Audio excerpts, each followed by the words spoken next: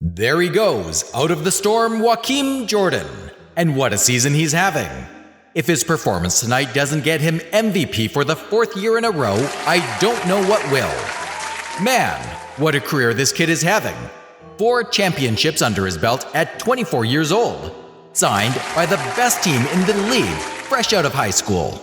Marv, this kid signed a 5-year contract for $200 million. That's $40 mil a year. It doesn't get any sweeter than that.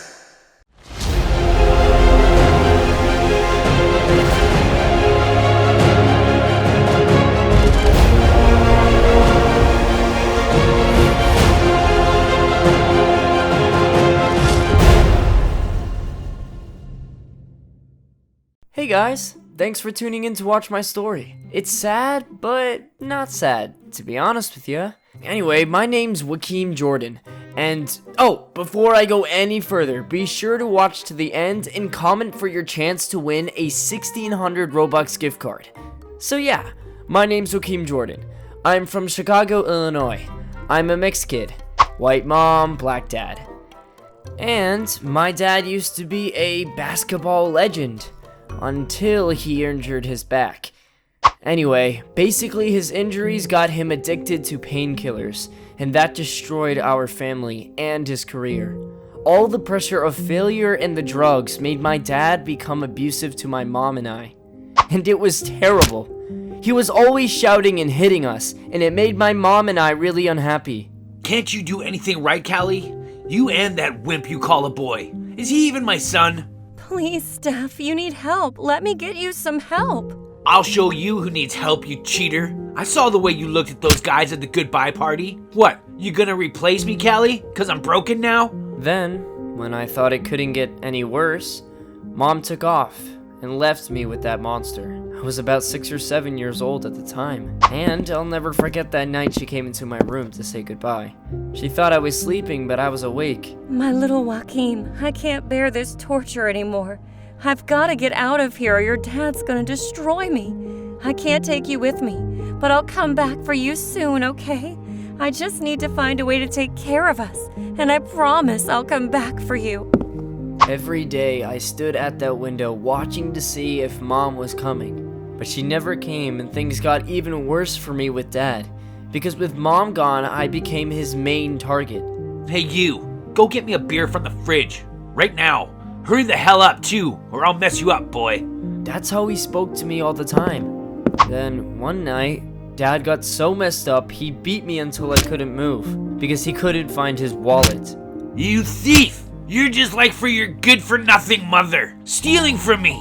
Get out of my house! Dad was punching me and dragging me, and I basically heard my arm snap. I was screaming from the pain. Dad, no, please stop. You're hurting me. Please stop. Someone must have heard the noise coming from our house. They called the cops. When they came, they took one look at me, and Dad got arrested. I was put in foster care because my mom couldn't be contacted, and a bit later, when they finally tracked her down, she said the foster care could keep me because she didn't want me anymore. Well, if you're hoping that life got better for me after I got my foster family, I'm sorry to disappoint you. It was a nightmare. The foster family that I lived with, Mr. and Mrs. Jennings, were nice at first.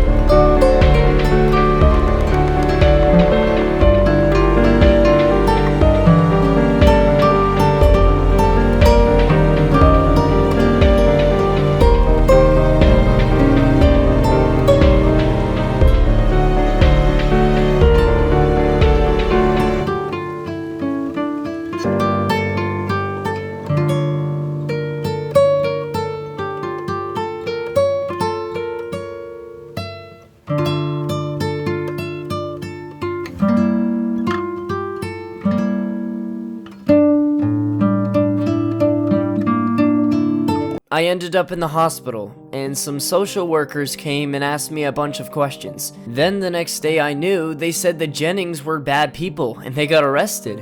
I don't know what happened to them, and to be honest, I don't really care, cause clearly they didn't give a fig about me, right? But then I got really worried, cause what would happen to me now? That's when Mr. Maxwell and his wife came to the hospital to visit me, and I guess that they heard about me not having a place to live cause Mr. Maxwell asked me. Son, how do you feel about coming to stay with my wife and I for a bit, until everything gets cleared up? I didn't know what to think or how to feel. I mean, they seemed like really kind people, but then again, so did the Jennings at first. So I said, okay, I guess. It can't be that bad, right? Mr. Maxwell and his wife Helen laughed and told me it would be okay. And that made me feel better, I think. Because at least they could laugh, right? Life with the Maxwells was really nice. Mrs. Maxwell, whose name was Helen, was a really good cook, and she made me breakfast every day. I rode to school with Mr. Maxwell, who I just called Mr. Max, and waited after my last class for him to take me home. Every evening I sat in the gym waiting for him, and I loved to watch him coach the basketball team. On the weekends we would shoot hoops together, and that reminded me of the times with my dad. And it really made me sad. But I really liked playing basketball, and Mr. Max said if I got really good, I could maybe get a scholarship to go to college. And after that, play in the major leagues. My dream. Mr. Max taught me how to dunk and how to shoot from the three-point line. I was really good at racking up points in a game, and I practiced every day, every chance I got. I got older and taller and better at the game, and Mr. Max let me join the school team. And man, did I love it. Everyone could see I was a natural star. And, well, a lot of girls liked me too. But I wasn't really trying to get distracted from my goal, which was to become the greatest basketball player of all time and be better than my dad. I did like this one girl, whose name was Tally. She lived next door to the Maxwells, and she was really cool. She didn't follow me around and stuff. She was just like normal, you know? Anyway, somewhere along my life, I started to call the Maxwells mom and dad. It felt right in truth. I barely remembered my real mom and dad anyway. I played ball all through high school, and I was so tall, by then 6'4" at least.